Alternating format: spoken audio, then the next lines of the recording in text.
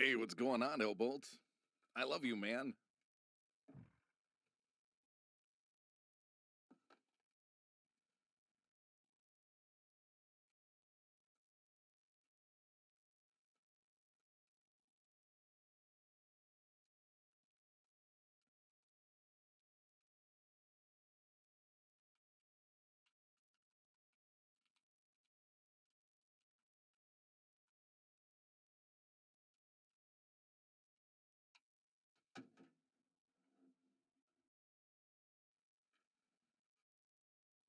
Nope, as you can't. There's no sound, is what you're saying? Oh, I was gonna say my levels say I'm all right.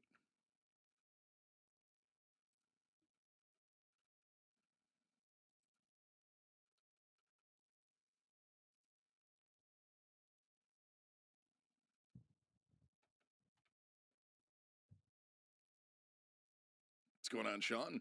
Doing?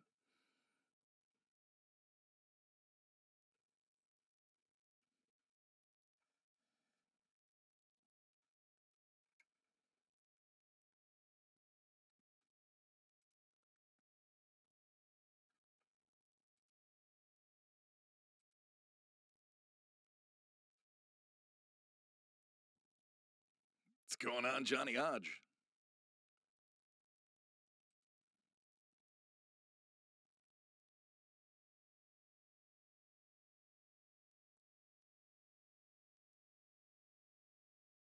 It's all good, dude.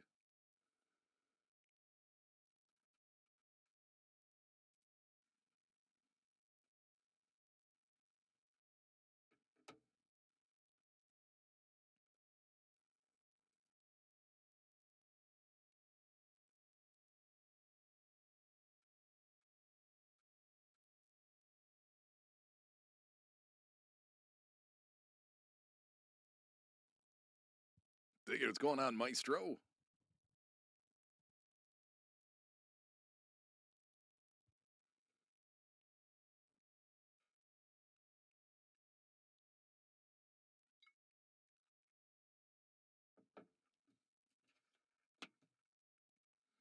I'm slowly learning how to put things together. I got the stream deck going, so I can push button stream now. What's up, Frog Man? Excuse me.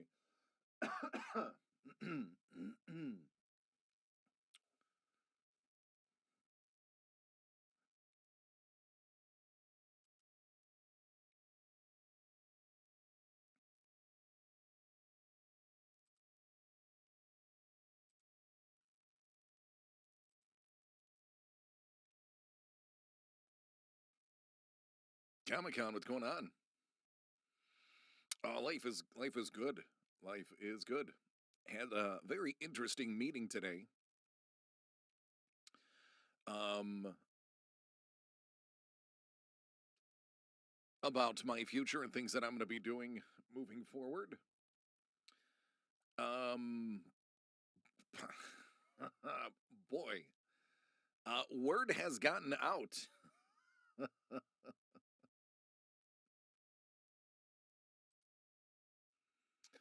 um, a lot of people have been in touch with me on YouTube, messages just from the videos, um, DMs, texts, phone calls, people finding me. It's been a pretty cool day.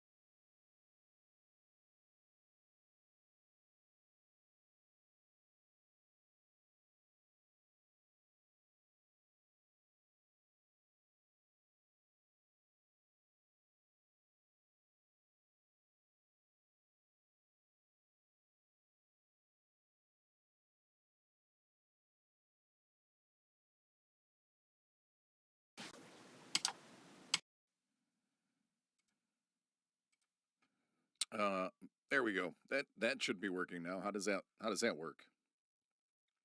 Is that any better? Are you not entertained? Coping with life. Gotta be Bolt. Excellent. Okay. It's a Vice Wolf. All right. So, the Patreon topic of the day, um, tied. I gave them a few choices, and the topics ended up being tied between Navy stories, which pertains to stories of when I was actively serving, um, in the Navy, not the Navy, and bar manager stories. And bar manager stories. Oh, the YouTube is way behind.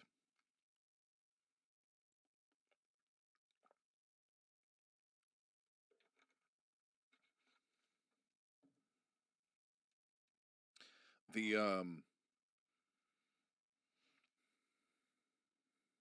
Absolutely. Um, the barroom stories are.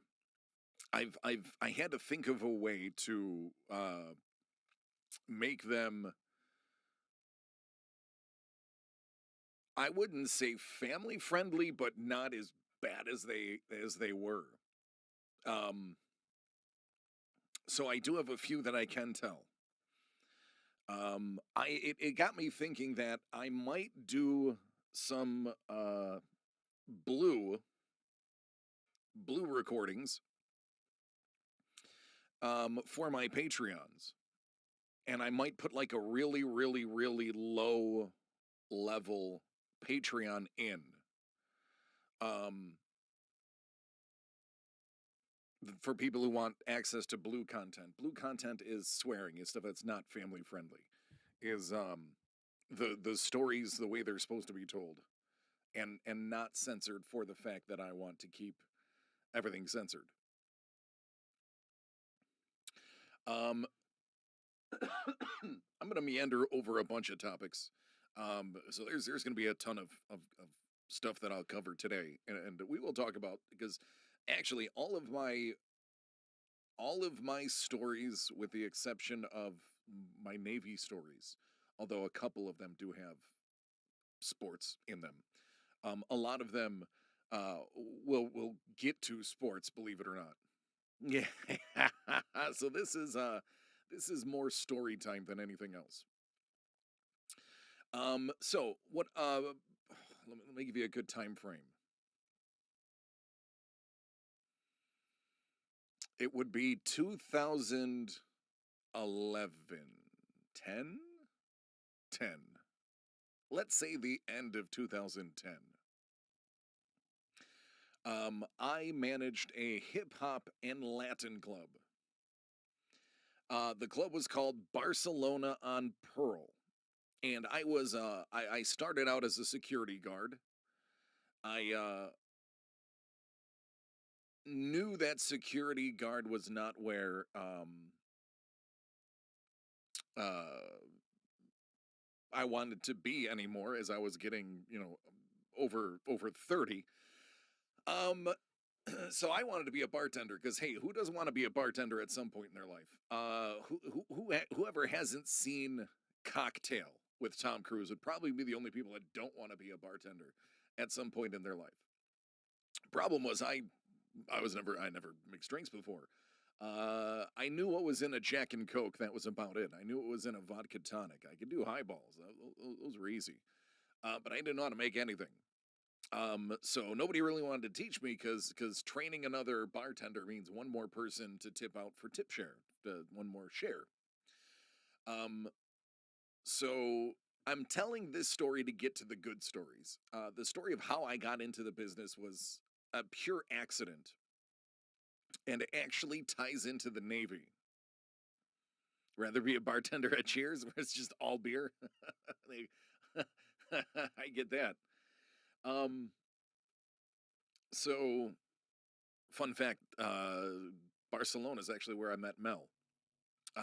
She doesn't admit it. She actually lies and says it's not true, but she was a singer at Barcelona. They would do salsa nights, and they had this huge, like 5,000 piece orchestra. It was like 10 guys on stage with like 700 different instruments. It was like 15.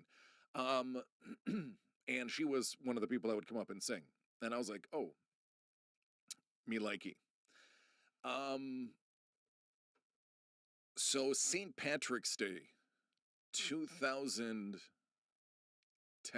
or 11. I'm gonna be within a year on all these stories because they're a long time ago to me. They were all of them are at least 10 years ago. Um, I was just a bouncer.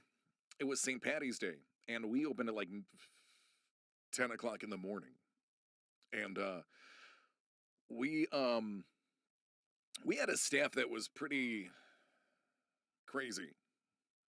They were nuts. Oh no no no! She doesn't need to be in the room while I tell the story. Um, so they nobody was coming in. I was watching the door. The camera's shaking every time I touch the table. I got to mount the camera on the walls. Was what it boils down to. Yeah, that's right. That was it. So we the bartenders kind of like did around because here in Buffalo, there's a couple of main places that you would go to drink. Now, one of them doesn't exist anymore. Chippewa was the name of the street, and that was the downtown bar scene. There was a bar on every corner and bars in between each of the corners. It was just a strip of bars that was nightclubs, dance clubs, whatever. You also have Allentown. Allentown is amazing. That is where it was the more artsy groups, the more trendy, um, my kind of people, believe it or not, that are the art crowd. Um, that's where they went, and then UB had its own Elmwood strip. Um, so the rougher part was Chippewa, and we would all go out, and it was kind of like if you worked at a nightclub, if you were like a bar manager, or if you were the doorman at a club. Buffalo is so starved for celebrities that if you were a manager of a club, you were a bona fide celebrity downtown. We used to call ourselves the Princes of Chippewa. I'm not joking. Um, because if you managed, you could go anywhere you wanted for free. You drank for free everywhere you went. You ate for free half of the places that you'd go, or at a deep discount. There was always a there was always industry night where basically you would just go to other places, drink, and be happy. Um, so the bartenders and the manager from like 10 o'clock to noon were gone. We had one bartender, and the parade was about to start, and we had nobody else. And the owner comes by. The owner's name was Tony. Tony was from France. I can't tell you what Tony did for a living before he was a bar owner, but it was not a conventional job. Um, Very good guy to me. Very awesome guy to me because of my ability to speak enough French to get around. Me and him could speak French about people in front of them. Uh, and he loved that because his best friend Etienne, um, who I loved dearly. I wish I never fell out of contact with Etienne. Great guy. Etienne was the only other person that spoke French. So basically, it was me, him, and Etienne. And they would say things, and they first realized I spoke French as they said something about me, and my ears perked up, and I kind of looked at Etienne, and I was like, and they just the color drained out of his face, and I was like, oui, Etienne, je parle français, on peut, and he just lost it. He was like, oh, merde, and he like gives me this huge hug, and he's like, ah, I was like, yeah, that's me. So nobody is there. There's one bartender there. We're starting to fill up.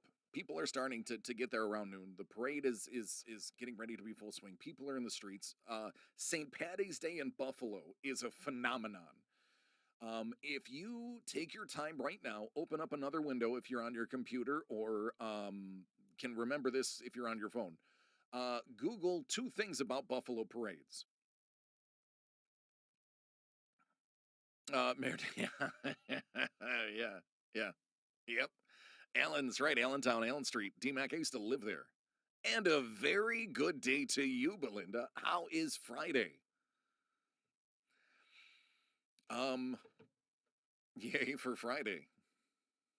Yeah, I'll be live. By the way, everybody, I will be live tomorrow. I'll be here tomorrow. At 9 o'clock again. I plan on going Thursday, Friday, Saturday. Sunday is out and it's international. Oh, the sun is out and it's International Burger Day. Nice. Have a burger for me. Um, so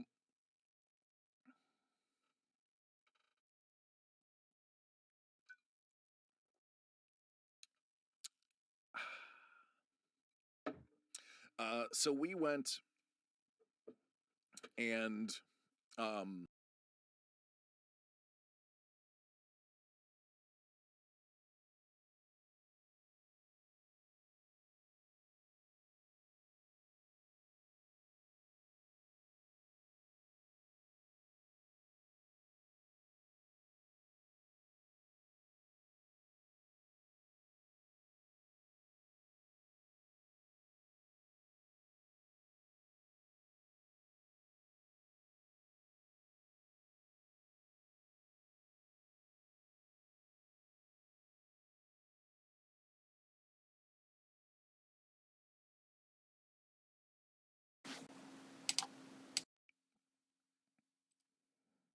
all right, there we go. Now we're back. Um so Tony came in and he's like, "Well, we got to find everybody." Couldn't find anybody. We get back. It's probably 12:30. Spent about a half hour looking for everyone. They were gone. Tony turns to me and goes, "You're a bartender now."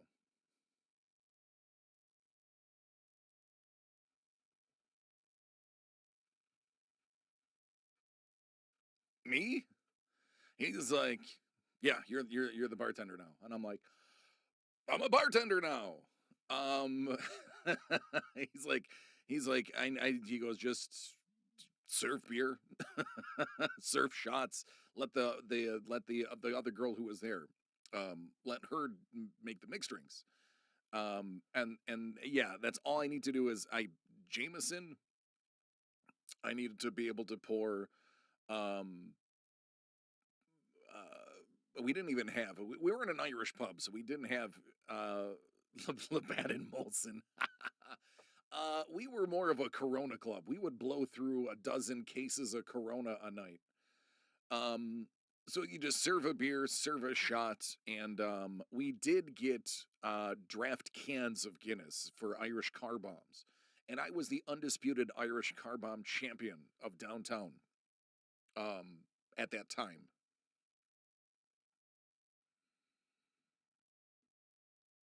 Yeah, yeah. So I I could crush an Irish car bomb. We would. It's not healthy, and I don't condone it. But this was 10 years ago, so I'm comfortable saying it. We would basically, 20, 30 people would line up and you know, you have to drop it, boom, done, race. Pour. This is not hard to pour. Um, so that night I became a champion. I beat. I went to every bar and beat every bartender in his own home. But that's a completely different story. Um, so I start at it. Slowly by like 1 o'clock, 2 o'clock, all of the bartenders start trickling in. Our bartenders start trickling in, and they are hammered. They are fall down, pass out drunk. So it turns out it's like the barback, me who had never done anything remotely close to bartending in his life. an actual bartender, and then we literally grabbed somebody that was a patron there who was a bartender at another place that wasn't working. We're like, we'll pay you $500 just to serve drinks for the next 10 hours, plus tip out. And that was it, 13 hours of bartending. And then I had to jump from behind the bar to be security for a little bit. Yeah, it was bonkers. So bars are open in Buffalo until 4 a.m. Last call is about 3:15, 3:30. We start exiting people about 3:45. So when bars are open at 4 a.m., you're at a bar cleaning up. You usually don't leave until 5:36 in the morning, unless you were our bar, because we were the after party bar. So we left at 7 a.m. when people were going to work, because this was downtown. People were walking around with briefcases and suits going to their law firms. And we're walking out of the bar, usually with a case on one of our shoulders, going to somebody's house. That was the Buffalo bar scene. So that is how I was brought into bartending. It was basically trial by fire. Oh, by the way, major announcement coming soon in regards to cards and breaking. I just want to drop that hint bomb to you guys. So after that day, the owner knew he could trust me, and he's like, "Great, you are now a bartender." And the manager was like, "Well, I need an assistant manager. Will you also kind of help out and be such? You would be the assistant manager too, or like not in title, but just kind of be my right hand man." So I did. It was cool. So we would have the Buffalo Bills. Here's where sports comes into this story.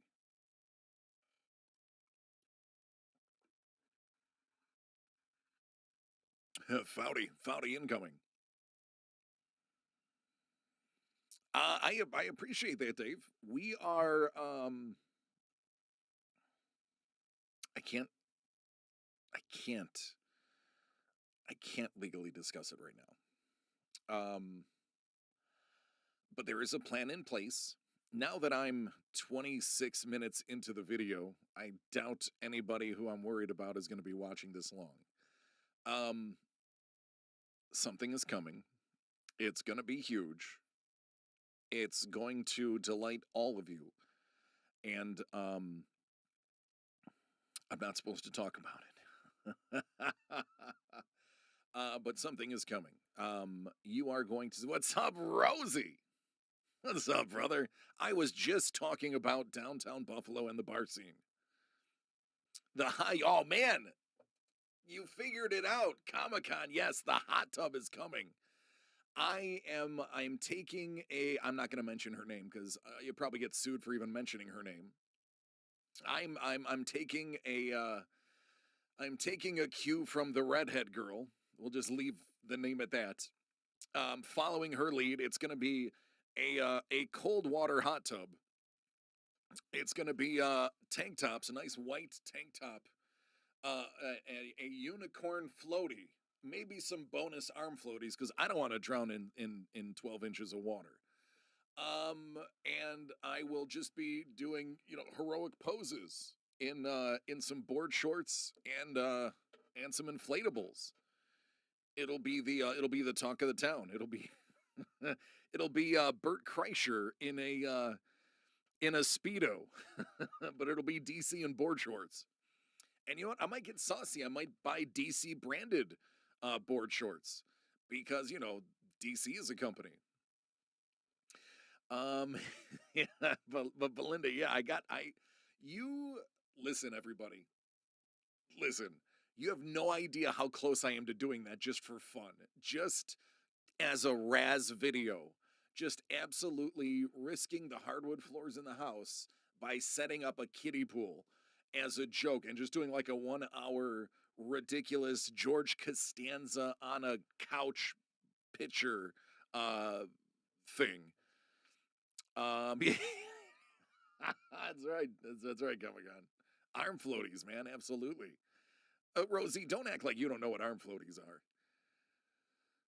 Um, so it was a thought, as just it would be hilarious. It would be a really really funny. It would be a funny bit. It would. Nobody can say it wouldn't be a funny bit. But that was something that we talked about. So anyway, I can't talk about what's coming up. Not the George Costanza. Yeah, think George Costanza poses. That's what I would be doing in a series of snapshots and videos, and be like, you know, all right, everybody, whoever donates to my page, I'm gonna write your name on this sandwich, and get like a ridiculously long chicken finger sub, like buffalo chicken finger sub, and just eat the sub in the tub. It's gonna be gross. It'll be so gross that it's hilarious, but mostly gross, but hilarious. Um, no, they would be very classy, probably purple or black board shorts. You, I'm telling you guys, you think I'm kidding? It it almost is a thing. It really is. I haven't seen anybody. I mean, I saw I think one guy tried to do it as a joke, and people were like, You're sus. Just go away." But something's coming up. It's gonna be big. It's gonna be well known. Obviously, what's ranch? What's ranch? I don't even know what you're talking about.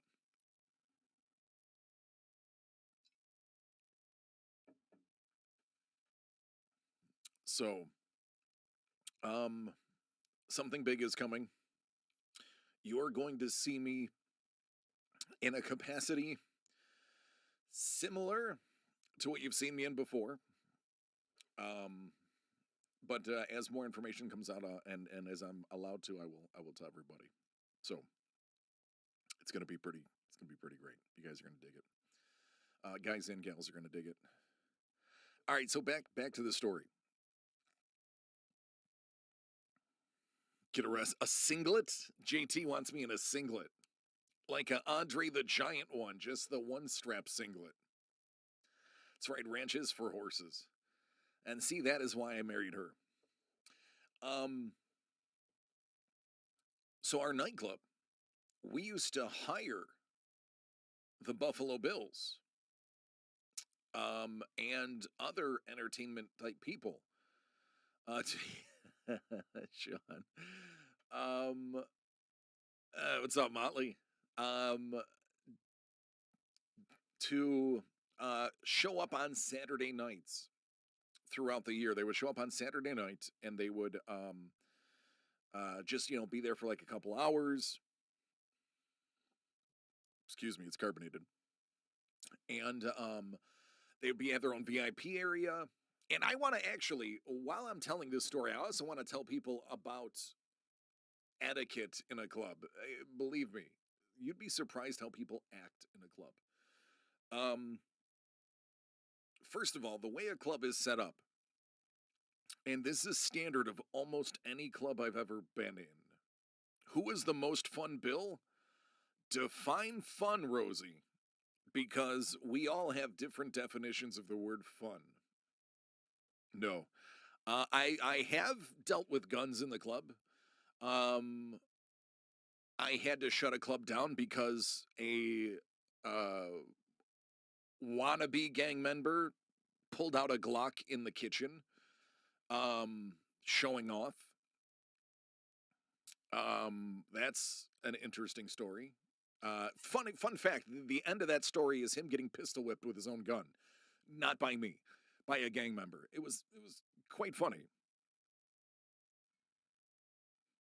Yeah, it's right. That's right, Comic Con. It is, yeah, it's very different. So, um, a club, a standard nightclub, a Miami Beach slash New York City nightclub. Um, what's up, Benj? Um, is like this. There's the dance floor. There's the bar. I'll answer that, Rosie. I will. Um, and then there's the VIP area, and that's what most people think is, oh, I'm wealthy or I'm special. I'm in the VIP. Um, most bars and nightclubs have a kitchen in the back. Most of them have basements if they're first floor dwellings.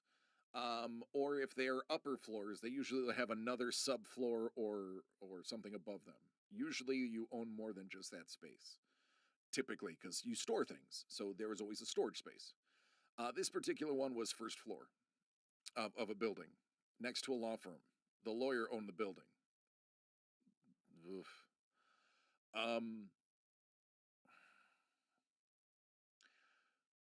So there was a VIP room, and people would pay, $200 for a bottle of Grey Goose to be in the VIP room. Because, you'd have a pretty girl wearing whatever, put a 17-cent sparkler in the top of it, and parade it around with your overpriced Red Bulls and cranberry juice and a.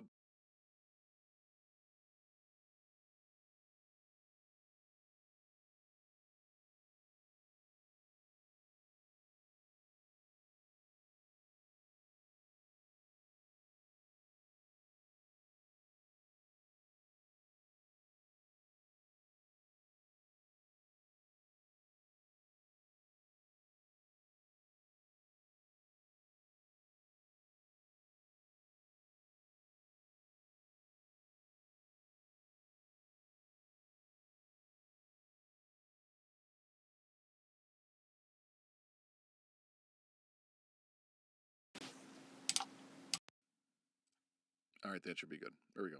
All right, what's the last thing you heard?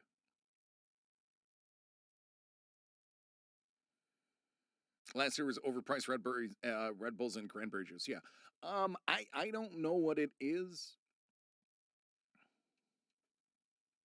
Does that sound anything? Does that sound different, or does that sound the same? Does that sound the same? No echo or anything? Okay, good. I don't know what is. It might be. I might just be overloading my input. I will figure that out tomorrow. I'm going to try to have it fixed for tomorrow. Um, yeah, I was. That's right. It was all explicatives.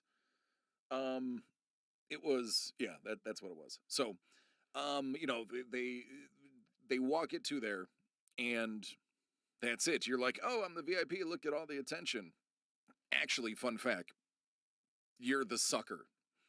You're the one who's footing the bill for the actual VIPs, because the actual VIPs are not in the VIP section that is slightly elevated above the dance floor. The real VIPs are in the kitchen drinking for free with whichever Buffalo Bill or star I had booked for the night, and they're not paying for any of their drinks.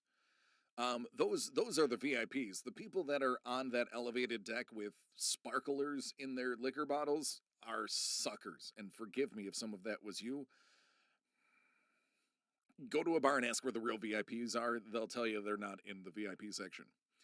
The real VIPs are in the kitchen, and they're drinking for free, and they have their own waiter or waitress bringing them free drinks, whatever they want, in any quantity they want. The ultra VIPs are in. It's kind of like Studio 54. It really truly is. Everything that you can imagine, everything that you imagine and see on TV about high-end nightclubs is all true.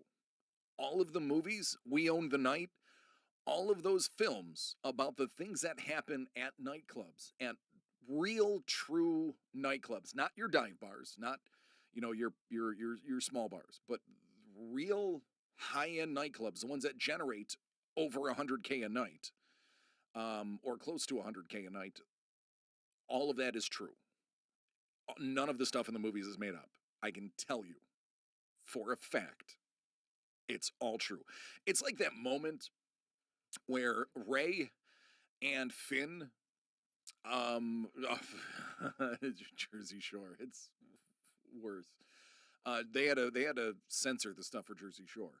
Um, when Ray and Finn meet Chewie and Han, and Han is like, just turns and says, "It's real, all of it.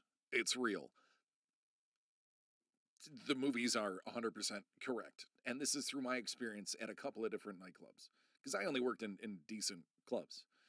Um, so the VIPs are the suckers. The true VIPs are in the kitchen. The ultra VIPs, just like in Studio 54 in New York City back in the late 70s, there was a basement. The ultra VIPs were on a couch in the basement.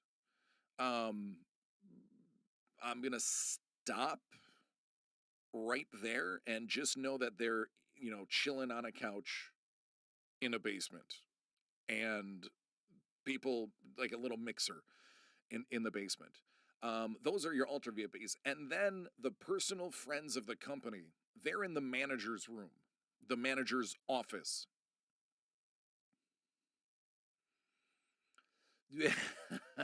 Yeah, bartender mistakes. Those are, yeah, yeah. Oh yeah.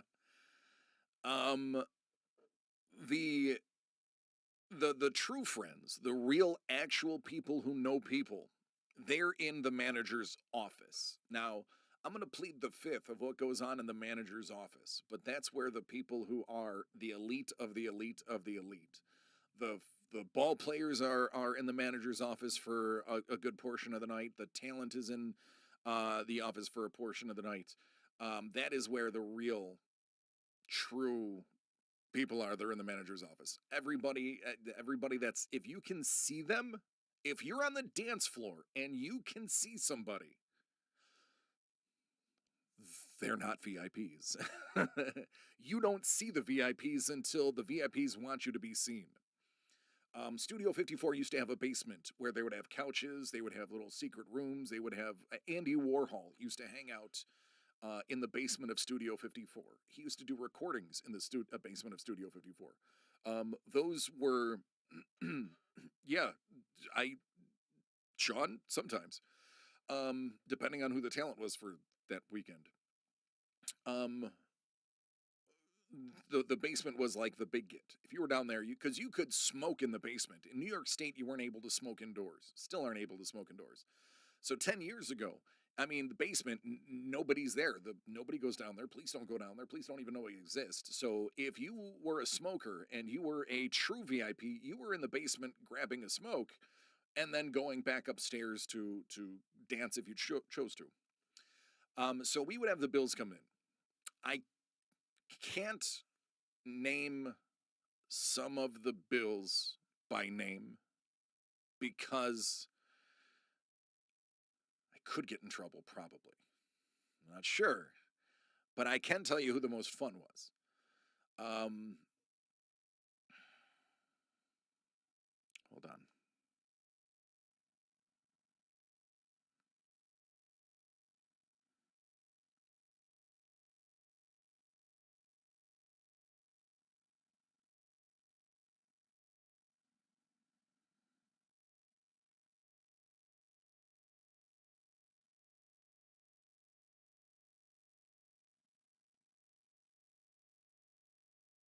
Okay. Um, hey, Brad, what's going on, buddy? I will say, the most fun I had, Sean Nelson. Sean Nelson was a tight end for the Bills. I think we drafted him in like 09, 10, which was right about the time that I started working there.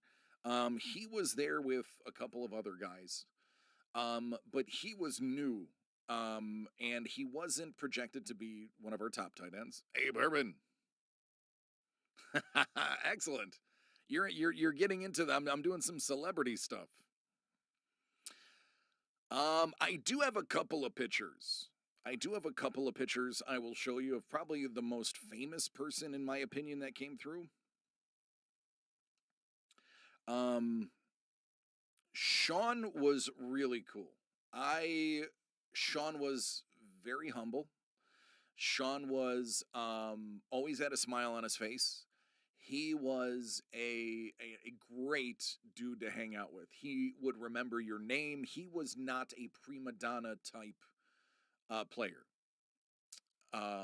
He was probably one of the nicest people to come in. He was cool. A fourth round pick, 2009. There you go. So that would have been for the 9-10 season, and he didn't last long with us. It's it's kind of my fault that he didn't last very long. Um, but he was like nice. He was very respectable. Like he wasn't one of those people that would be like, "Hey, I'm Sean Nelson." But he would be like, "Hey, I'm Sean." Like that's how he would introduce himself. A lot of the Buffalo Bills, and this is again 10 years ago. There's not a single one of them I believe is in the league anymore. Because this was so long ago. When we were talking 2010 slash 2011. They're all gone. Um, but a lot of them were like, "Yeah, I'm blah blah blah Buffalo Bills. I'm blah blah blah Buffalo Bills. I'm Nate Clements Buffalo Bills. I'm Dante Whitner Buffalo Bills." It's like, yeah, we know who you are. You just say Dante, Dante. We get it. We get it. Um, there you go, Bourbon. But he was probably the coolest. He was the most down to earth dude that I ever hung out with, and he was actually very respectful of everybody. Like if he saw somebody that he thought was cute, he wouldn't be like all up and like, "Hey, I'm Sean Nelson, Buffalo Bills," and like start dancing with them. He'd literally be like, "Hey man," he goes, "Do you know that person?" And I'd be like, "Yeah, I know everybody here." I was like, I'm one of the managers." He's like, "Yo, would you introduce me?" Like that's the type of person he was. Nowadays, I've had interactions with a lot of football players before I left bartending, and they would just walk up to girls and be like, "Yeah, I'm awesome. Here I am." Again, none of those guys are in the on the team anymore. So, um, he was cool. Um, we would pay them either to be there. I would love to meet Kyle Williams. That's one of the embodiments of the Buffalo Bills. Him and Don Beebe, I believe, are the embodiment of Buffalo Bills. Um, so they would come in. They would hang out from like 10 a.m. to midnight or 11 to 1. Oftentimes, the Bills would have to report to the stadium if it was a home game, I think by 10 o'clock or 9 o'clock it was. If it's an away game, they have to be out. Usually they're out the following week. They're not there because they fly out the day before. So for home games, we would have them the night before. We knew who was going to have a bad game if they came to our bar based on what time they left and how much was left in the bottles that we gave them for free. So we would know, like, "Oh man, our defense is going to be really shot tomorrow," or "Man, our offense is going to drop a lot of balls tomorrow." We would know who was going to have a good game and who wasn't. But one of the times when I was bartending, one of the coolest surprises um, that I ever received. There you go, Scotch. They were all bad gets right. They were all bad games. So this is one I actually have a picture of. The Bills didn't like to have their pictures taken.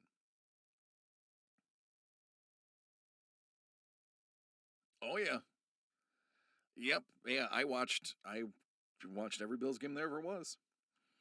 Um there was one day. Now Buffalo has a thing called Thursday in the Square, and it used to be in Lafayette, and you would they would have free shows. Bands would come in, play for free, and you could watch them for free. And it would, pack out pretty quickly, but it was it was awesome. Thursday in the Square. And it would be, different celebrities, but cool people. And the one time I'm tending bar, Sean, I'm tending bar, and this gentleman walks in, and I recognize him immediately. Um, I have a history of not being starstruck, and I wasn't starstruck by this one. This was me as a bar manager, by the way. Hold on a second. Let me here we go.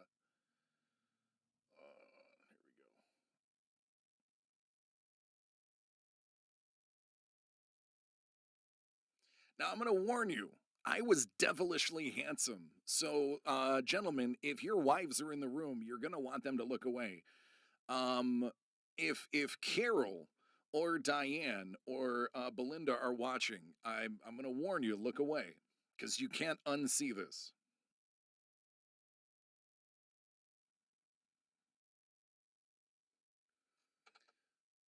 So,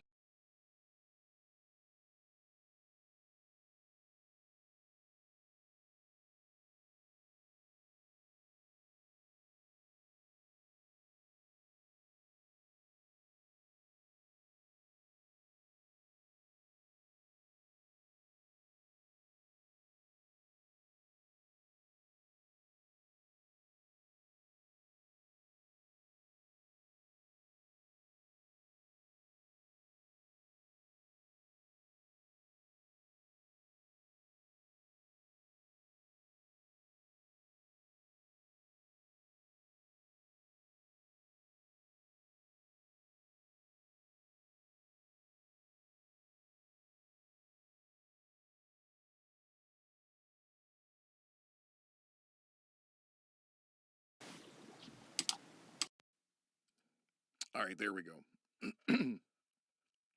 So yeah, I used to be a very handsome fella back in the day. Um, yeah, I think that's what it is. It is a touch warm in here.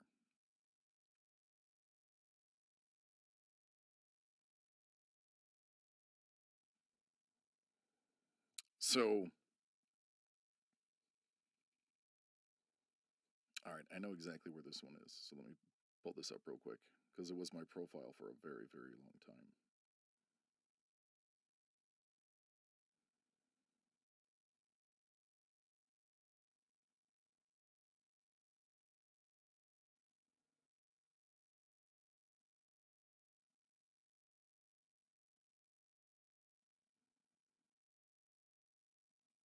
Look a bit Greek.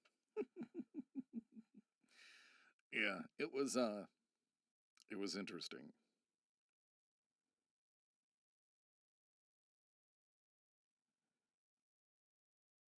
All right, I know I have this one. So I'm tending bar. I'm just hanging out. And this gentleman walks in and he kind of just walks up to the side of the bar. Um he like just looks at me real, puts a hand up, looks at me real quick and says, you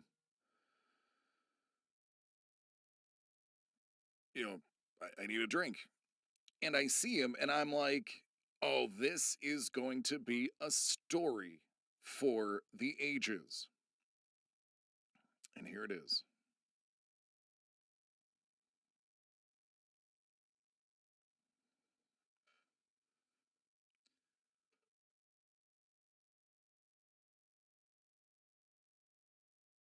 Uh, come on.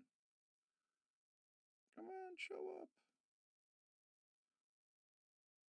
No, maybe, almost. I don't know how I'm going to be able to fix that. I gotta find a way to be able to switch screens like I was able to before.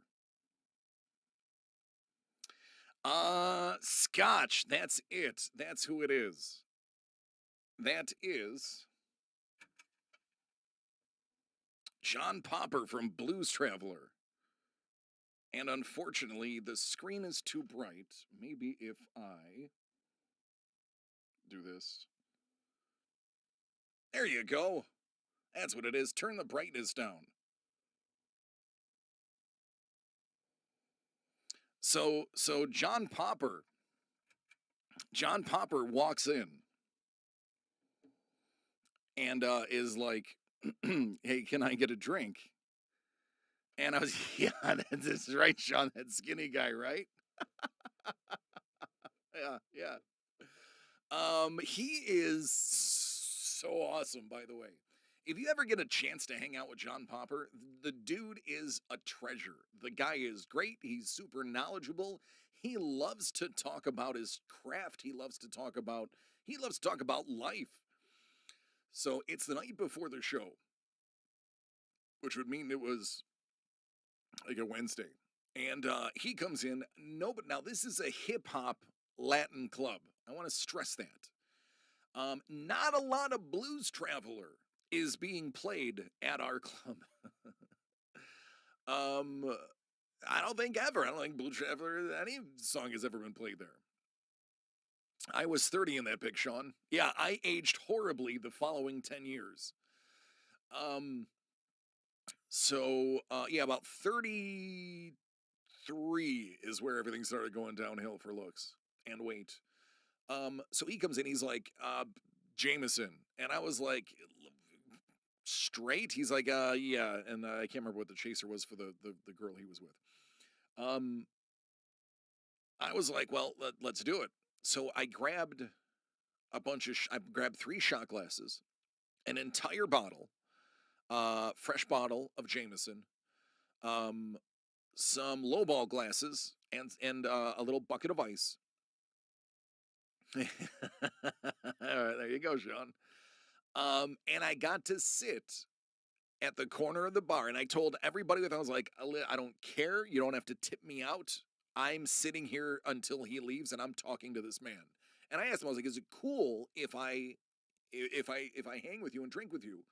Uh, I will give you all the drinks on the house if you just let me kind of pick your brain. I was like, nothing crazy. And he's like, yeah, sure. So we proceeded to crush half of that bottle of Jameson, a little bit more than half of that bottle of Jameson. Um, and the girl he was with was very polite. She didn't say a ton. Me and him kind of stole the conversation. We talked about his videos. We talked about touring. We talked about how he came up with his sound. We talked about everything under the sun that had to do with being a performer and some of the things that are associated with being a performer. And he was very upfront about things. Like I asked him, I said, dude, I was like, the video for Runaround was probably one of the most ingenious videos that I had ever seen. And if you haven't seen the video for Runaround, I recommend it. It's actually a really good video. It's where he's singing behind this curtain. Now, spoiler alert! I'm going to tell you what it is. You know, they're singing behind this curtain, and then there's this young Counting Crows looking band playing in front of the curtain, and it's like a Wizard of Oz thing, He didn't give me the runaround. That's right. And he said, I said, or anyway, the video is this girl dressed like Dorothy, this Tin Man looking dude, and Toto, and this wiry looking scarecrow guy. They're trying to get into the club. They can't get into the club. They're getting rejected from the club. So they finally get in. They sneak in. The dog pulls behind the curtain, and then there's the band playing, and then the band in front, you can tell, is lip syncing the song. So I was like, oh my god, that is genius. What a really cool concept video. So I was like, hey man, the video Runaround, I've got to know. This is the craziest thing. What's up, Jeff? Jeff in the house. How are you doing, bud? Glad you found me, my friend. Um, I said, you got to tell me. I was like, was that your idea? Like, where did the concept for that come from? That I think was one of the better videos I've ever seen in my life. It was just such a awesome concept. And he looks me dead in the eye and goes, um, so the Habs won game 6. Nice. So he goes, oh no, that wasn't me. That was one of the production managers. I was like, oh, you could have totally been like, yeah, ultra concept. And this, he was like, no, that was one of the manager's ideas. I was like, oh, that's honesty for you. Thanks. I was expecting some behind the scenes story of how this like amazing video came to be, and he's like, no, it wasn't my idea. I was like, oh, all right. And then I asked politely, one of the few times I've done this, there's not a lot of photos of me of any of the celebrities I have hung out with because if you're a bodyguard, first of all, you're never supposed to be seen in photos with them. It's actually part of the job. If you're in a photo with the person you are assigned to, you're doing your job wrong because you shouldn't be that close. All of these wannabe tough guys that walk around with the big guys surrounding them in a circle, that's actually incorrect. That is just big dudes who don't know what they're doing. They are being told by the celebrity to do that, that they're actually doing their job wrong. An actual bodyguard, a real bodyguard is 6 feet away from the person. And the person is almost always in front of them at all times. I know this because I was one. The reason you are 6 feet behind them is so that you can see them in your vision and you have a good peripheral of what is going on either side of them. And then typically there's another person in front of them, either walking backwards or kind of like sidestepping to kind of keep that side going. But the bodyguard's supposed to be 6 feet behind everybody. So I very respectfully said, hey, do you mind if I get a photo? Please. It would mean a ton to me. We can do it in the kitchen. It'll be quick, and I won't post it if you don't want me to. He at one point had some legal trouble um, back in the day, and I wasn't sure what, if he was allowed to be in bars anymore.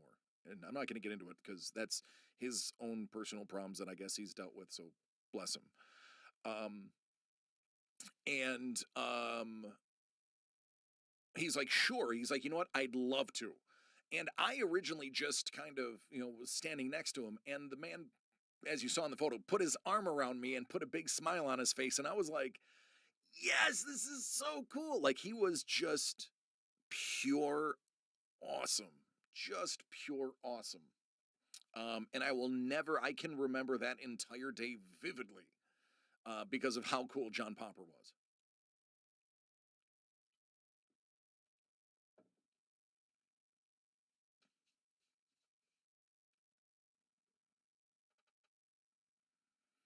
Yeah.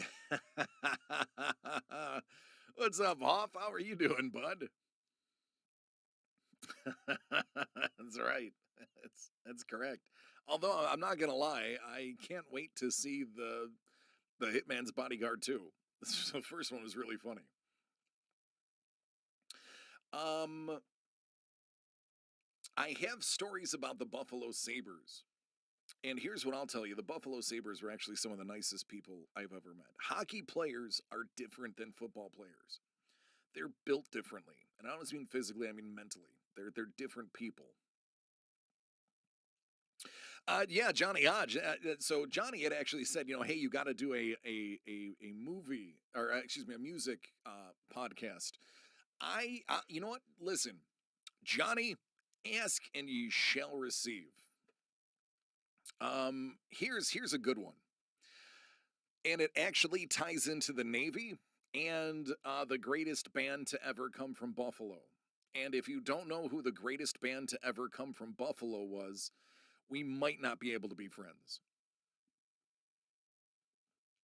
Thank you. Thank you for following. I love and appreciate you. Um, And of course, I'm talking about yeah, yeah, you too. Uh, no, I don't think you two came from here. I think they came from over the pond. They might be Irish. I do have a Rick James story. Actually, my dad has a Rick James story. I'm talking about the Goo Goo Dolls. The Goo Goo Dolls. So I went into the Navy in 2019.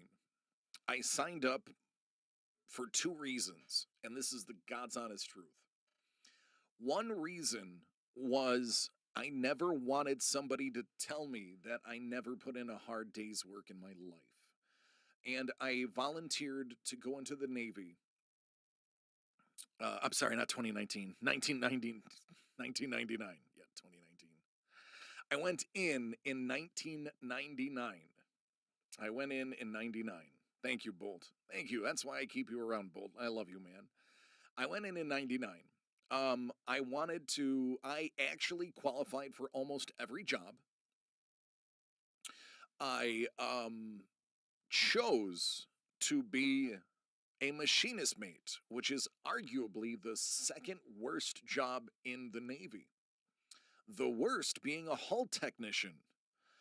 How bad is it being a hull technician? Lots of my friends were hull technicians, so I.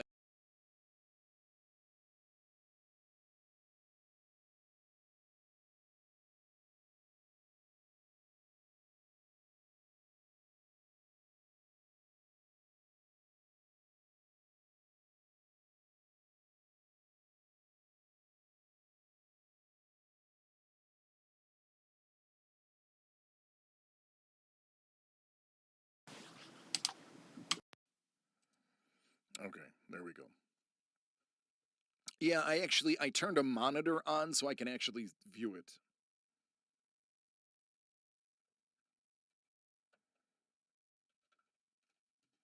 All right. So to get I was not to get away from the Goo Goo Dolls. I love the Goo Goo Dolls, still do. Um, I I chose the hull technician. So I had a lot of friends who were hull technicians. So I say this endearingly. The nickname for a hull technician is a turd chaser. Turd chaser. So I didn't want to do that job.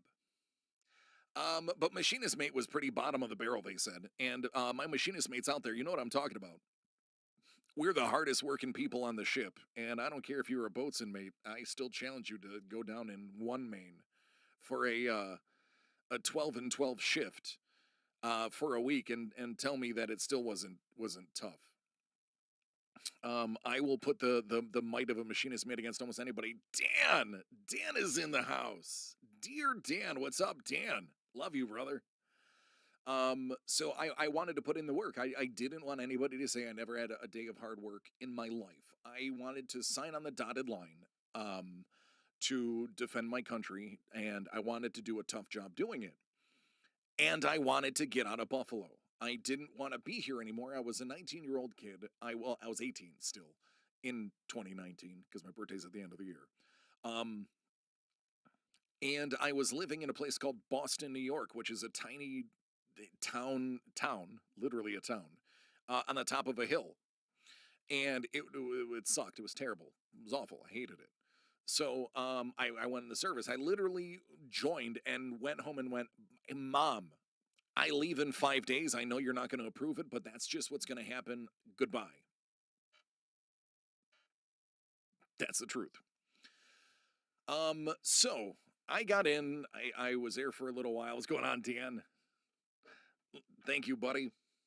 I was in, and when you're in the military, and the people that are around the military, they know what the USO is.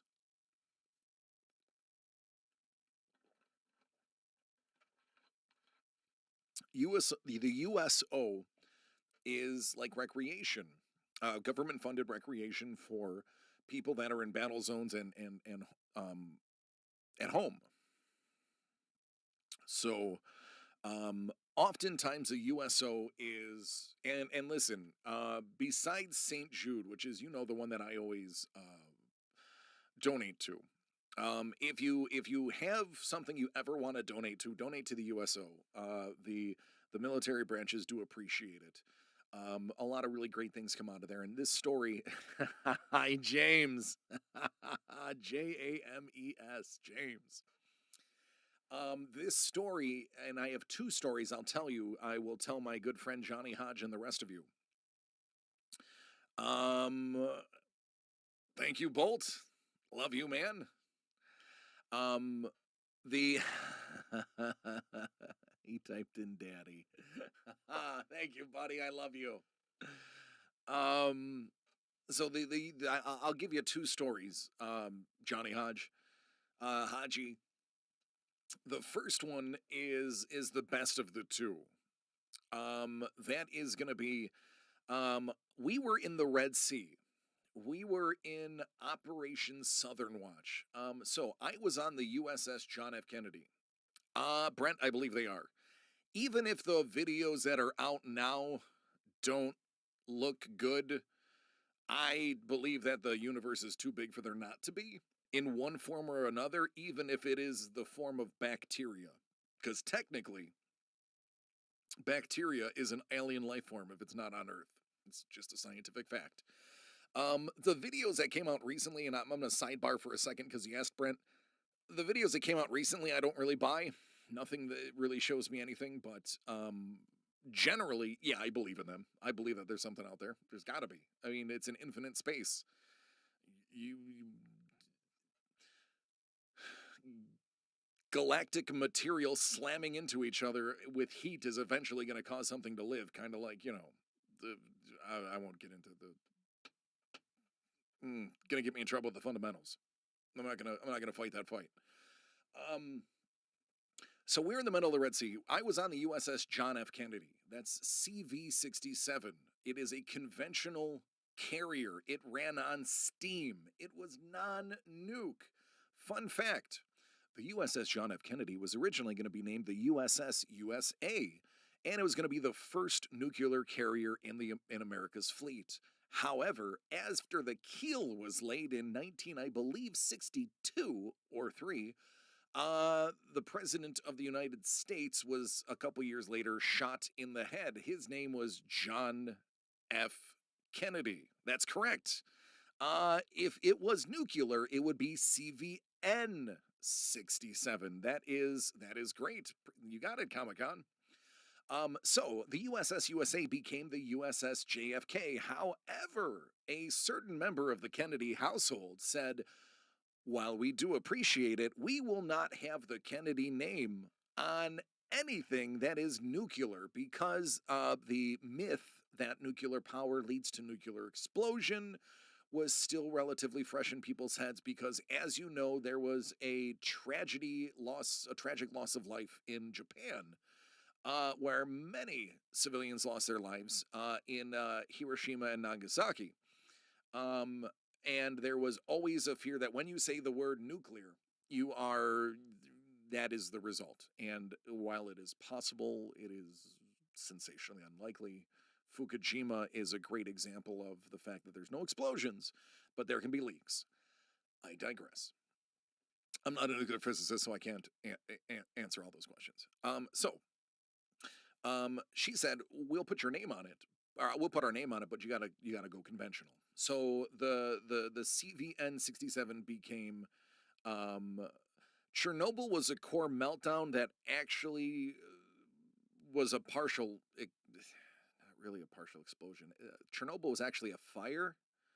If my memory serves me, the core superheated, causing a meltdown, which caused a fire, which caused an explosion. Not the same principle of nuclear fission that causes fusion that causes bombs. It's actually a different. How I know this, I don't know. I remember if I read something cool, I remember it forever. Chernobyl was actually a fire that caused an explosion. It wasn't an explosion based on fission. And it was human error. That is correct, Brent. It was human error. Chernobyl was human error. But people don't, people assume mushroom cloud, and that's only when you are purposefully causing critical mass. I'm not going to get into that. I'm going to move on past it. So we became the CV-67. Now, the one thing, the Kennedy was in a class of its own because they had already started building the nuclear reactor core on the ship. So we were the only ship that had 5 main spaces. Main spaces are where the boilers are that cause the ship to move. We had 1, 2, 3, 4 main. Each main basically powers a turbine, a screw, as we call them. But because we had a 5th one, we had an auxiliary main. We called it aux main. And that would basically just be used for auxiliary steam for the rest of the ship, which actually gave the Kennedy the distinction of having some of the hottest water of any ship in the naval fleet because we had an auxiliary main space that literally did nothing but produce steam for the rest of the ship as an auxiliary function. So our food was always hot, our showers were always hot, and it was good living on the Kennedy. So because we were nuclear, um, they sent us out for the year 2000 ball drop. They sent us in the Middle East. They had us do a tour because the concern was who remembers Y2K? Some of you weren't born yet, some of you were. I'm going to say most of you were. Y2K was the fear that when programmers originally programmed Windows and other processes for the computer, that they didn't use a 4-digit system, and when the year 2000 came, it would read as 000 and then reset everything into oblivion, and basically you'd lose everything. And there's this thing in the Navy called DITW. It stands for dead in the water. It means you have no power, you cannot move, you are a basically a brick floating in the ocean. DITW means you're basically dead. You have no defenses other than the humans on board, and you are susceptible to attack in many ways, shapes, and forms. So DITW is the second worst case scenario. Worst case scenario is sinking. DITW often leads to sinking because if you have no power, your bilge pumps can't pump water off the ship, and you'd be surprised how unsound some of the ships are. They do need ballasts to be filled on either side to keep them afloat. So we're in the Red Sea because we had to be. We're the only ship that was running on steam that was a carrier.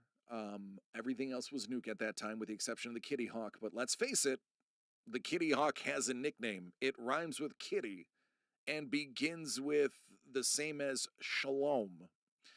So the kitty wasn't going to be in the Middle East. So they sent us. And cool, great, fun. So we're there, and they announce, hey, we're going to have a U.S. show on the aircraft carrier. We're going to actually set up a stage. The Gritty Hawk close. We're gonna have the people on the Kitty Hawk called it the Gritty Hawk because they worked hard, but everyone else called it something different. But God bless the Kitty Hawk. They said we're gonna have a show, and we're going to have a surprise guest on board. They're gonna fly in via helicopter, and they're gonna spend the night, and they're gonna do a show. We're gonna build a sound stage with lights on. Yeah, there it is, Sean. You got it. And it's going to be great. It's going to be a good time.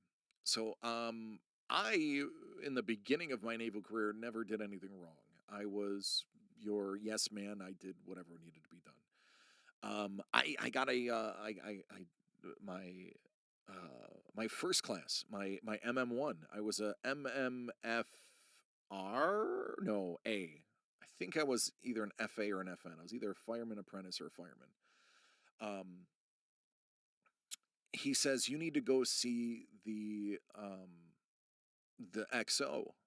The XO is the executive officer. That's the second in command. The CO is um, the commanding officer. The XO is the executive officer. So he's like, you need to go see the XO, and the XO is like a captain or something like that. Um, no, he was a commander, I believe. Oh, JT, you're absolutely correct. Yeah, no, it was not a pretty sight. It was not a pretty sight. Yeah.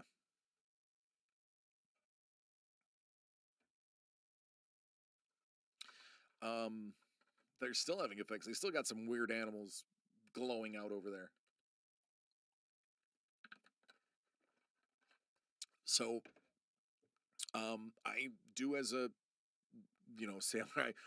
I immediately go to my rack and get a better set of coveralls because my coveralls were covered in oil. I was like, oh, I'm gonna go change. Let me go change for the XO. So I go and I change. I get my other because you get two sets of coveralls. I throw on my other coveralls, which were slightly less dirty than the ones I were wearing, but nonetheless.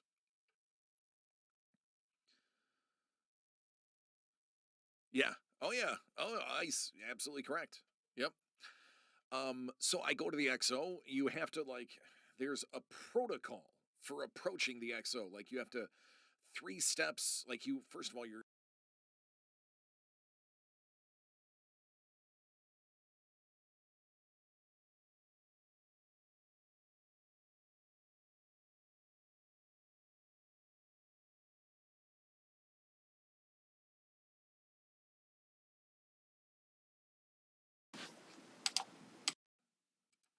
so there's an order of operations. You have to knock three times at the door. They'll tell you to enter. You take three steps in. You do a 90-degree turn. Take two steps, and then you immediately go into fireman. My last name. Reporting is ordered, sir. And he's he says at ease, and he looks at me. He goes, fireman, blah blah blah, fireman DC. It's my understanding that you're from Buffalo. Like, what?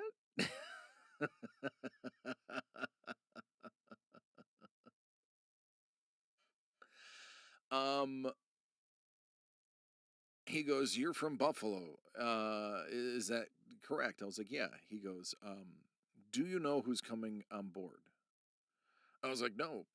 I heard we have a live band coming."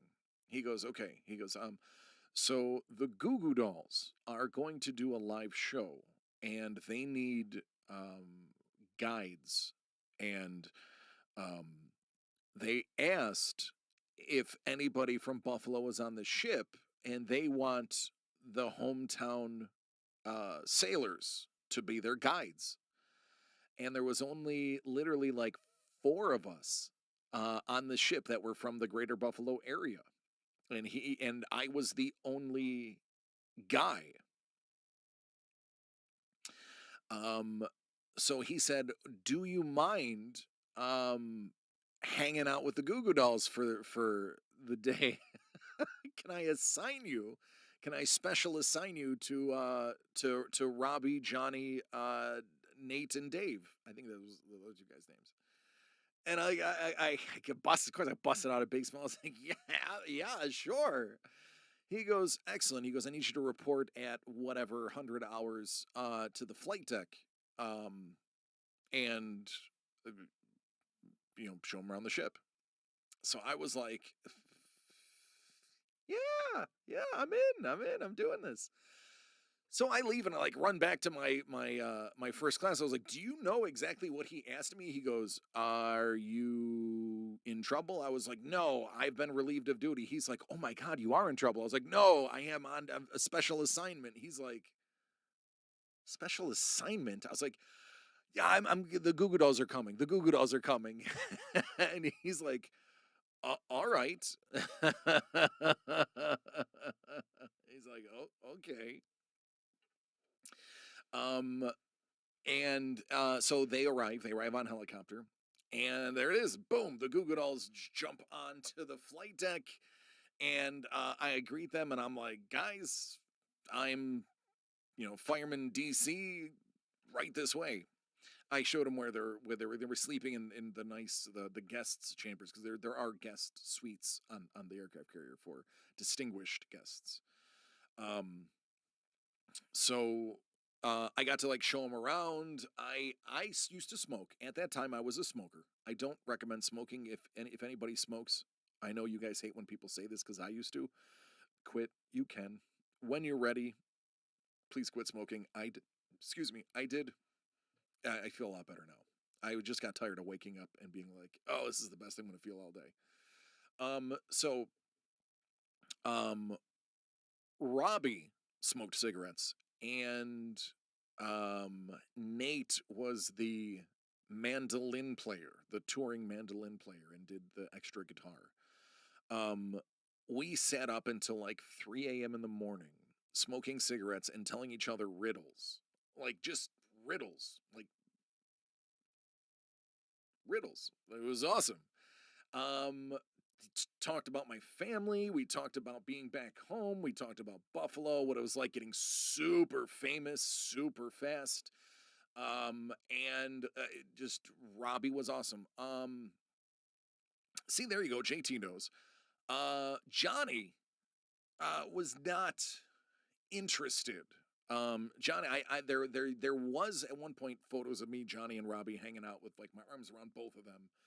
Somebody actually stole the only copies of the photos that I had, and that came from the ship themselves. One of the ship photographers took photos of me and them hanging out. I was part of the band. It was cool. And a long time ago, somebody stole those from me. So I don't unfortunately have proof. Um, Other than a couple of these photos. So in addition to touring around with them, um, they asked me if I wanted to help be their roadie. So I got to hang out with the guy who does their sound before they were to go on stage. I got to hang out and be a roadie. I got to unstring some guitars. They taught me how to string guitars. I couldn't tune them because I couldn't. But I like help string. I help pull them. I used to have, and somewhere in my house, I have one of the strings from Johnny's guitar curled up into a thing. I have it. I saved it. Um, because it was cool. And I know where this picture is because I kept it. There it is. And full size. And turn. So I basically got to sit on the side of the stage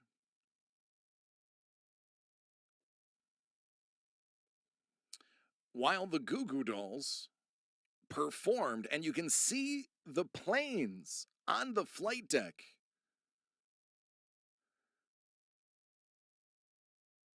And there I am, right there at the end of my finger. Right there, that's me, with a big smile on his face. That's me, Robbie, and Johnny and Nate from the Goo Goo Dolls, putting on a show in the middle of the Red Sea on the flight deck of the USS John F. Kennedy. Because, everybody has that story, right? And everybody has proof of that story happening in the form of photos, right?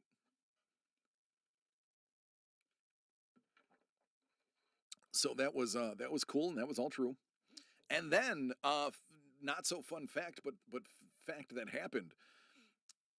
Their helicopter leaving the ship crash landed, and they don't talk about it. Johnny won't talk about it at all. I ran into Robbie a few years later when I was working at Spencer Gifts for the brief like 6 months that I worked at Spencer's. He came in And I was like, hey, man, I know you don't remember me, but do you remember the John F. Kennedy? I was your tour guide. He's like, oh, no, no. Now that you say it, I recognize you. I was like, oh, this is so cool. So he gives me a hug because Robbie is really cool. Yeah, yes, they did. Yep, they toured a Soul Asylum, Runaway Train. So like Robbie really is one of the nicest human beings in on the face of the earth. And he literally like remembered me, gave me this huge hug, said he was so happy that he's like, "Oh, I'm glad you got out. Like I'm glad you're okay."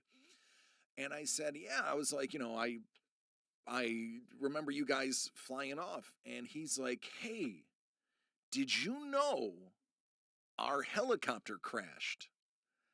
And I was like, "What?" He goes, "This is the scariest thing that ever happened in my life." He goes, "Our helicopter crash landed when we were landing in whatever the country it was." I was like, "Shut up." He goes, "No, we dropped like 12 feet." And 12 feet is a lot on a landing.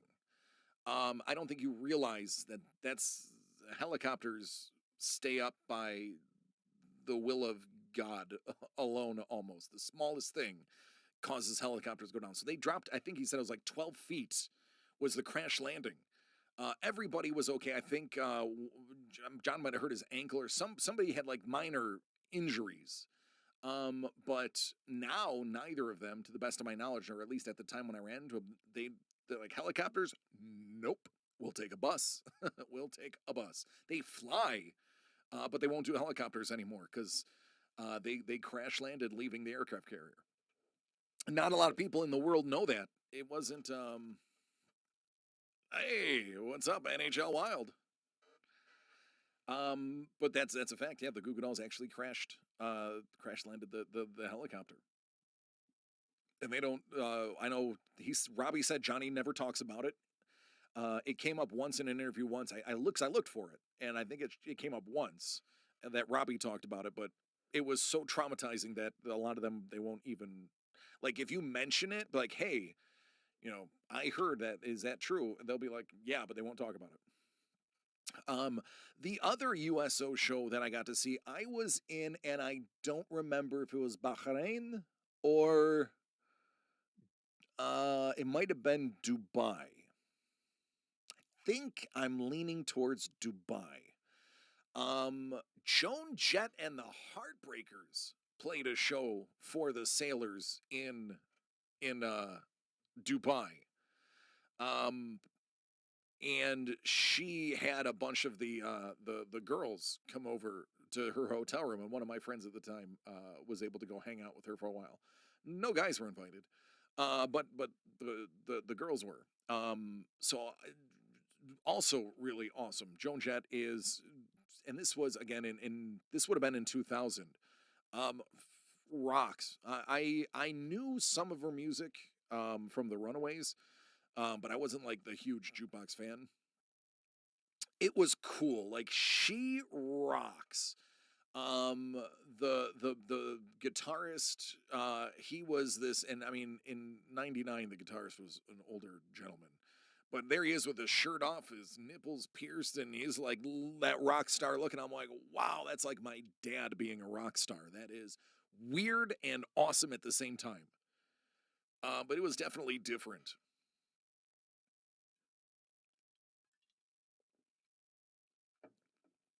I had shoveled like 6 shawarmas into my face before the show, and it got so hot there. She is an absolute legend. Oh, she's, you know what? She's just absolutely beautiful. She is beautiful in person. Great energy. Like her aura, and you don't have to believe in auras to just understand this. Like she just emotes, and her aura is just this legendary, just joy and charm. She's just so great. She was really cool. Didn't know a ton of her library. I knew Crimson and Clover. I knew Diamond the Jukebox. I Love Rock and Roll. That's what it's called. And then she did one of the songs from The Runaways. Um, and that was cool. That was awesome. Yeah, Bad Reputation was another one. Yep, that I knew. So that was That was cool. So USO, if you aren't donating to St. Jude, which I do, give USO a shot because the stuff that they do bring to the table is great for the people overseas. What's going on, Jordan? How are you doing, friend? But yeah, there was so many stories involving that the USO would have things like where the Super Bowl we would get to watch as soon as the Super Bowl ended. A copy of the Super Bowl was flown to our aircraft carrier and put on the big screen in the hangar bay. They would actually move planes out of the way so they could set up a 25-foot screen and show the Super Bowl every year on the ship. And that's what something that the USO would bring to you. So the day of the Super Bowl, everybody turned off the internet. Everybody turned off, like nobody had cell phones because they didn't work on the ship. But because nobody had international phones, they were too expensive at the time. So we would all turn off our email. Nobody would go on the internet. It was like you didn't talk about it. And then as soon as the Super Bowl was over, within like 2 hours, a copy on a helicopter, like literally, like you were carrying the nuclear football with the president. It was literally a guy with like the reels or the videos or whatever it was would just be alone on the helicopter and he'd immediately, from the helicopter and run it to the hangar bay and set it up. And oh, absolutely, absolutely, Belinda, absolutely. And they would set it up, and we were allowed to have two. We had two chits, CH, not S, CHIT, chits.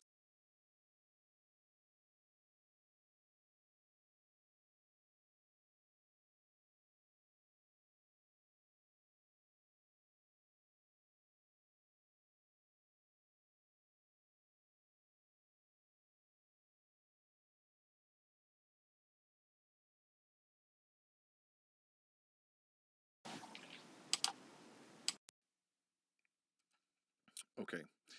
We would have two chits, CHIT, chits, for non-alcoholic beer. New Year's and the Super Bowl were the two times that you could get a chit for non-alcoholic beer, and you could drink your non-alcoholic beer on duty. But you were only allowed two. Those chits became very valuable. You could trade them. Two chits given. Ha ha! Mel with the zinger. Yes, ladies and gentlemen, that's why I'm married to that woman. Um, but those became gold too, by the way. So like for people who didn't like the taste of beer, because it was O'Doul's. I don't know if you know anything about O'Doul's. No offense, O'Doul's, but it doesn't taste good.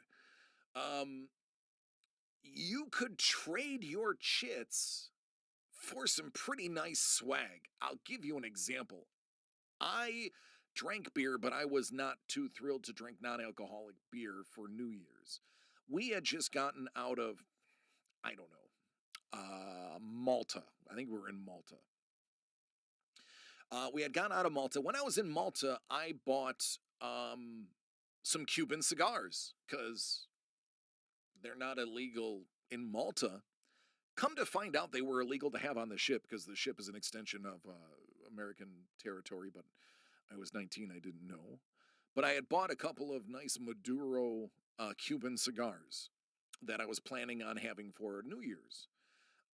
So I actually was able to uh, make a trade for an extra, like, that's right, Sean, an extra break, an extra cigarette break. I gave one of my chits to somebody to let me take their 15-minute so I could go topside for a half hour instead of for 15 minutes. Because when you're a pit snipe, which is what they call the, no, not anymore, but in 99 it was. I know because I've smoked cigars with John Travolta before. Um, it's such a stupid thing to be able to say. Um, and actually, he's not a Cuban guy. He is Montecristo number 2. is his favorite. I believe White Box, Monte Cristo number 2, red label.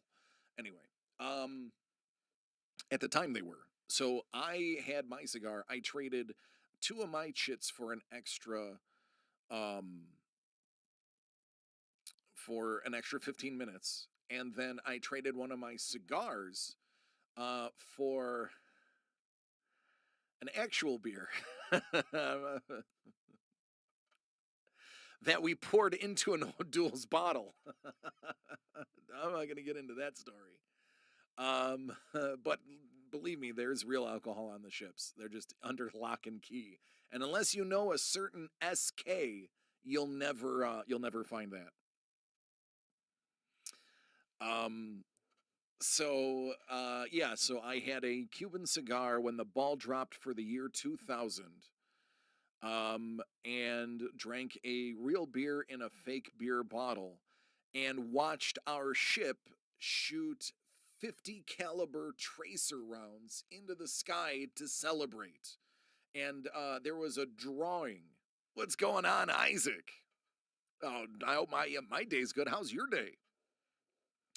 Um, that's how they celebrated. Is you would actually be able to, um, you won raffles. Like we do raffles, we do bingo, we would do stuff like that. And one of the things that you could win in the raffle was you could be the trigger man for the the New Year's celebration. And basically they would show you how to shoot the side mounted 50 cals. It was a rough one. Well, Isaac, listen. Pull up your favorite beverage. Have a seat, and we'll get through this together.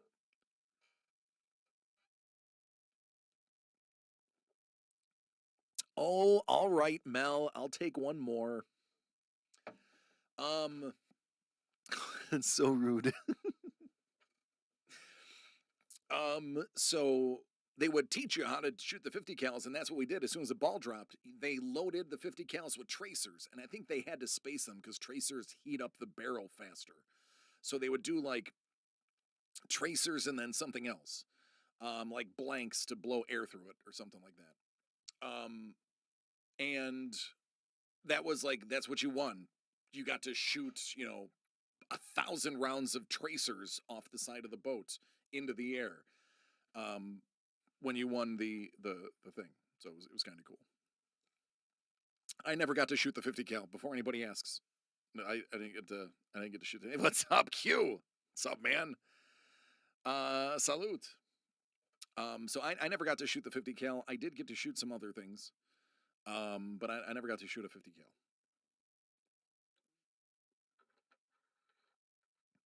Yeah. Thanks, JT. It's all creepy talk now. That is, I think that's it for the Navy stories. The ones that I can tell without getting in trouble and violating my own guidelines. The guidelines I set out. For the bar, I mean, those were all the being a manager of a nightclub. That's about as good as I can tell you without breaking my own. I think that's what I might do is I might. So on my Patreon, and again, oh, by the way, I want to thank everybody that is part of my Patreon. It's humbling. Like you don't know how much that means to me. Um, it means a tremendous amount. Because that's going to allow me to kind of upgrade all the stuff that I have here. Our good friend Scuba Vince is actually sending me a second camera so that I can start putting, a little bit easier for me to show things on camera. I'm going to get a mount for the one that's currently on my screen. Hold on, I think somebody's at the door. Hold on, someone's at the door.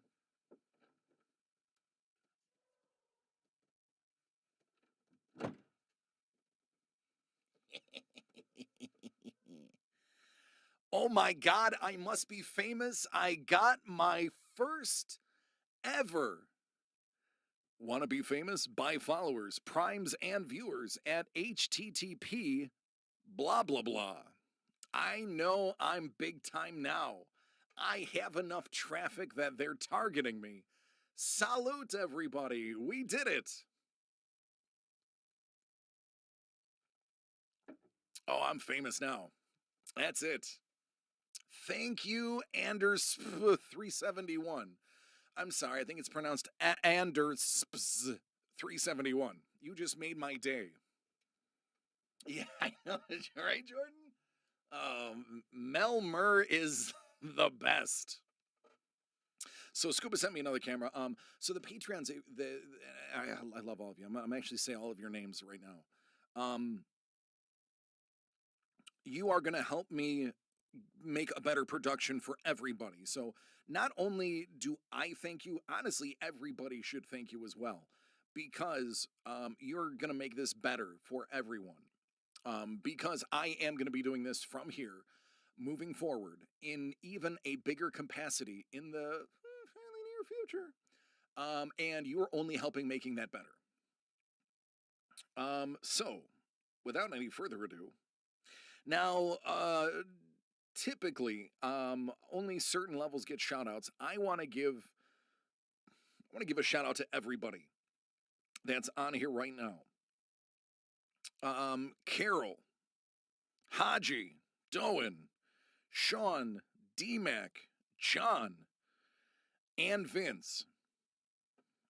The 7 of you are making this possible for me to do this, and ultimately to do it better for everybody. So you 7, I appreciate you. I love you. You are helping out. Every single little bit helps. And what I may do is I may I have a low, like a $5 kind of like helping hand type thing. I might just make everybody, including that $5 spot, I might do some of the blue stories. Oh, Bolt, goodness, thank you. I might do some blue stories that, as long as, yeah, thank you. Some refreshments too, and yeho. Well, so I've read the legals. You're allowed to enjoy a beer on Twitch and YouTube, as long as I am not like trying to promote the label, which is why I'm purposefully holding it backwards, even though I held it the other way earlier. As long as you're not doing like intense, like literally it's been an hour and 45 minutes. 2 is not a lot.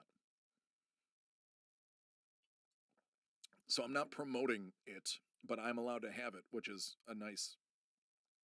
it's a nice change. Something I wasn't allowed to do at my last place. Um, but no, you patrons, I appreciate you. I love you. And I'm not saying I want everybody to be a Patreon, because listen, I know it's not easy to, throw money at strangers. I'm not in a place where I can follow anybody right now. And it's greatly appreciated. And it is really going to make everything better here. It's going to allow me to do a lot more. The next thing I'm tackling, so tomorrow I should have this camera mounted on something other than the screen, so that it doesn't shake every time I move. I will have a second camera, and that should arrive in about a week or two. The next thing I'm tackling is lighting. That light is going to go away. I'm going to get a soft white LED light to go up there. I'll probably find a way to take the cover off of this one, because this is just a mini lamp. This is all thrown together this weekend. So we're, that money is not going to go into like my pocket or anything. It's going to go directly towards making everything better. And once I kind of get this room set up, the best it's going to be, the Patreon will stop. And I'm going to be honest with you. It's not a perpetual thing that I'm going to have.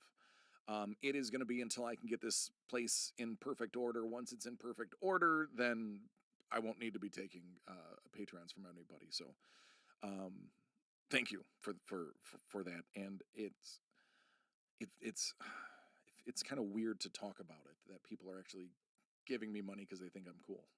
That's just odd. But I love you. Thank you. I don't know how to receive gifts. I'm terrible at it. Yeah, that's right, Sean. That's right. Yeah, I'm really bad at getting gifts. I'm terrible at it. I always feel obligated. Oh, that's right. He's like, oh, I never said you were cool. I just feel really bad for you, and I like your content. So, anyway, yeah. So there's some big things coming. I can't talk about them, but I had a 49-minute phone call today. followed by a 20-minute one with somebody else. Some really big announcements are going to be coming soon, and you guys will be the first to know, obviously. My Patreons might be first to know, maybe about like an hour, but it'll be so big that I can't keep it from anybody. Um, but yeah, there's some big stuff coming. Huge stuff coming. And I think it's going to be along what you, without giving any information out, it's going to be in a very similar capacity that you're used to seeing me in, but better. And I think everyone's going to be really excited once we're allowed to drop that info. But until then, just know I am still going to be here 3 nights a week. And that leads into what I'm about to say now. I plan on being in for 3 days, 3 days a week. Thursday, Friday, and Saturday. I will be here tomorrow. I will be here Saturday.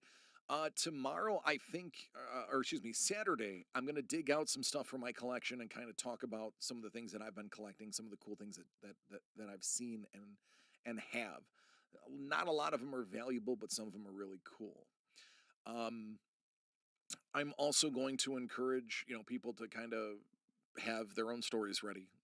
And I want to let some of the chat take center stage where I'll just kind of read what everybody's writing. And we will continue. The other thing that is going to happen is going to be fairly soon. So these videos are more just to keep this community together.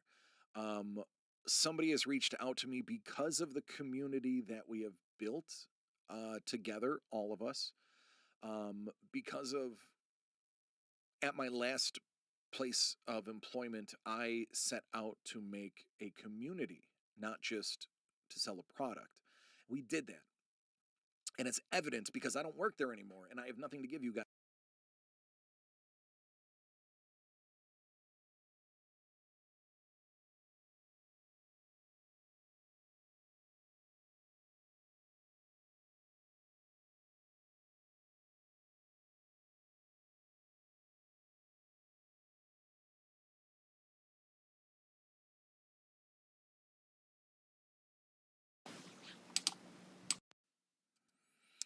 Because you are the greatest community on the planet when it comes to collecting and cards. And don't worry, the topics are going to get back to cards and collecting. I just kind of want to get some of the stories out in early videos so that we can go back to the main stuff, and then we'll have videos to reference when we talk about inside jokes about some of the stories of DC Storytime. We'll have videos to reference. It couldn't have come at a worse time. But I appreciate all of you guys being here, and we really are the best community out there. And they approached me because they saw the community that I have built, and they said, "Hey, we are on the same page. We have the same ideas. It's not about selling product. It's about people, and you are connecting to people. You just happen to connect to them through selling a product." And as you can see, there's 20 of you here. I've had as many as 22 earlier. We're a great community. We're great people. We have a lot of fun. We talk about some good things. We know each other's inside jokes. And I think we're going to do some really awesome things because who I will be venturing with are some pretty remarkable people. And they believe in the same core beliefs that I do, and they're in collecting for a reason. And it's not at the other place that I worked. It was about the bottom line. Oh, let's make some money with some cards. Let's try to get the biggest hits possible. It was not about, hey, let's get some really cool stuff too. And that's why some of the cool things really fascinated me that we pulled out of some of the products. More so than like I pulled a Zion. It was $118,000. That's awesome. What I would do is I would sell it for $118,000, and I would buy $25,000 of stuff that I think is great, and the rest would just be spent on other stuff. So just creeping it real. That's you, Sean. That is about correct. But I think that's really it. I just want to do kind of a story time. I wanted a video to be present so that we can kind of reference some of the crazy stories on the interwebs in the future. tomorrow we'll do a little mix of stories and show and tell. Because I have some really cool things. I think Saturday I'm gonna break out the letter I received in the Civil War divided box. I have a letter from the Civil War written by an injured Union soldier, and I think I'm going to possibly read that. Um, it might be a separate video. I might do two things. I might read the video, read the letter as a video because it's readable. It's a good letter. It does reference a naughty word, a antiquated word. I'll probably skip that word, but in context, it's actually an important piece of history. So Saturday we're gonna probably get into some more cerebral, cool type stuff. Tomorrow is kind of a crapshoot. I think we're gonna leave it up to the Patreons to see what we'll do. If there's a tie, as you guys know, um, we will be um, having Instagram break the tie like we did today. That's why we started with bar stories. And then, of course, I mean, Haji said, "Hey, man, we got to do a music show." Well, he got the second hour to be mostly about music. So I'm flowing with you guys. You guys run the show, and I said this before, and it's super super true. It's your guys' show. I'm just the host. That's all I do. It's your show. I just facilitate it, man.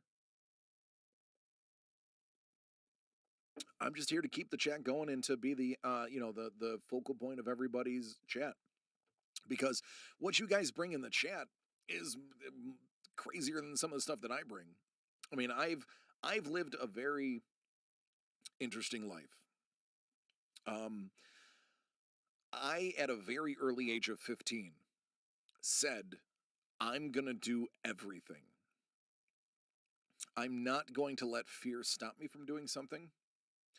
I'm going to try everything once, even if it's bad for me, even if it can go sideways. I'm going to do it so I can say I did it because I want stories." And that's what I have. I have a life full of risk taking stories. Some of them good, some of them pretty awful. Um, some of them that I am still injured to this day because of. But I have a plethora of life experience because I put myself in those situations, for better or for worse. And not a lot of people make that choice that early in their life and have conviction to stick with something that they said when they were 15 years old. I've been crazy enough to do that for the most part. A little less now. I mean, I'm married with a kid, so I don't get to take the risks that I used to. Now mine are much more calculated, but I have a um, Hellbolt. I can plug it. How about this? How about I will give you a free read? How about you put something in the chat and I will read it to everybody watching and everybody who's going to watch? How does that sound, man? Hellbolt, by the way, does have a podcast. Bolt does go live.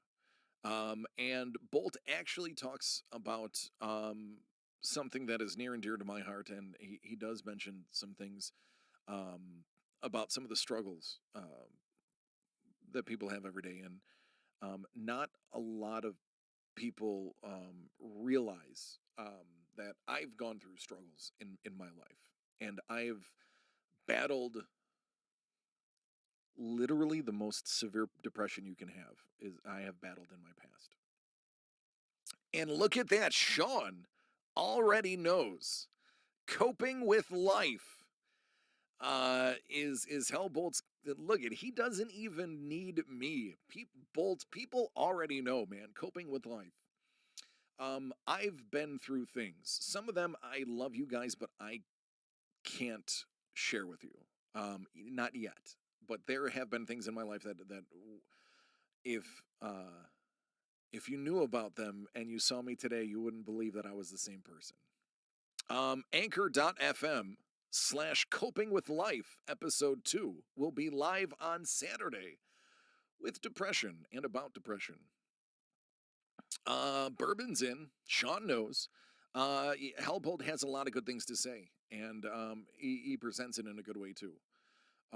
And we need to. Sometimes things can be resolved simply by listening. And that's all it takes. It doesn't take anything but the time to listen. Um, yeah, see, Brent, I'm not going to read it out loud, but I get it, man. So for Hellbolt to be able to talk about it, and it's worth a listen. For some people, won't talk to a professional, won't listen to a a friend. Listen to a stranger because they're not going to judge you because they don't know you. Bourbon said mental health is a big part of his life, and it is great to talk about. And it's very healthy to talk about. And unfortunately, I grew up a lone wolf for a lot of my life, and I didn't talk to a lot of people about it. And it came to a head at one point in my life, and that night drastically changed the trajectory of my life. Someday I will talk about it. I might even come on Hellbolt's podcast and be a guest if he'll have me. And maybe someday I will tell that story as well. Not yet. I'm not ready yet. But I do have a story to tell, and Hellbolt will probably be the medium to do it on. So yeah, we got absolutely a plug for Hellbolt. Anchor.fm/coping with life. So appreciate it, Bolt. Thanks you, man. I love you, man. See, there you go. Sub over there. Sub over there.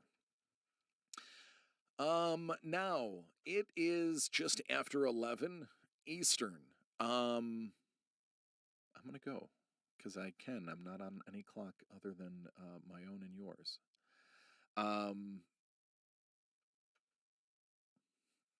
Well, you know what's coming. I love each and every one of you.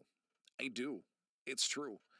I literally am not here without all of you, all 22 of you that are watching right now, and anybody else who watches afterwards. I'm not. I am nothing without all of you. Nada. Take it downstairs. Thank you, Dave. Downstairs. But I do. I love each and every one of you. And I want to do this again tomorrow at 9 p.m. Eastern for those who are in the area. And hopefully, Belinda, you can take some time out of your busy day and visit too for, I think it's around noon your time. But I need you guys to take care of yourselves and each other so that we can do this again tomorrow. And we can have another great conversation. We can, turn it a little bit more towards collecting the cards again, and have a great time. So please take care, be safe, and again, I love you all. Thank you so much from the bottom of my heart. Thank you.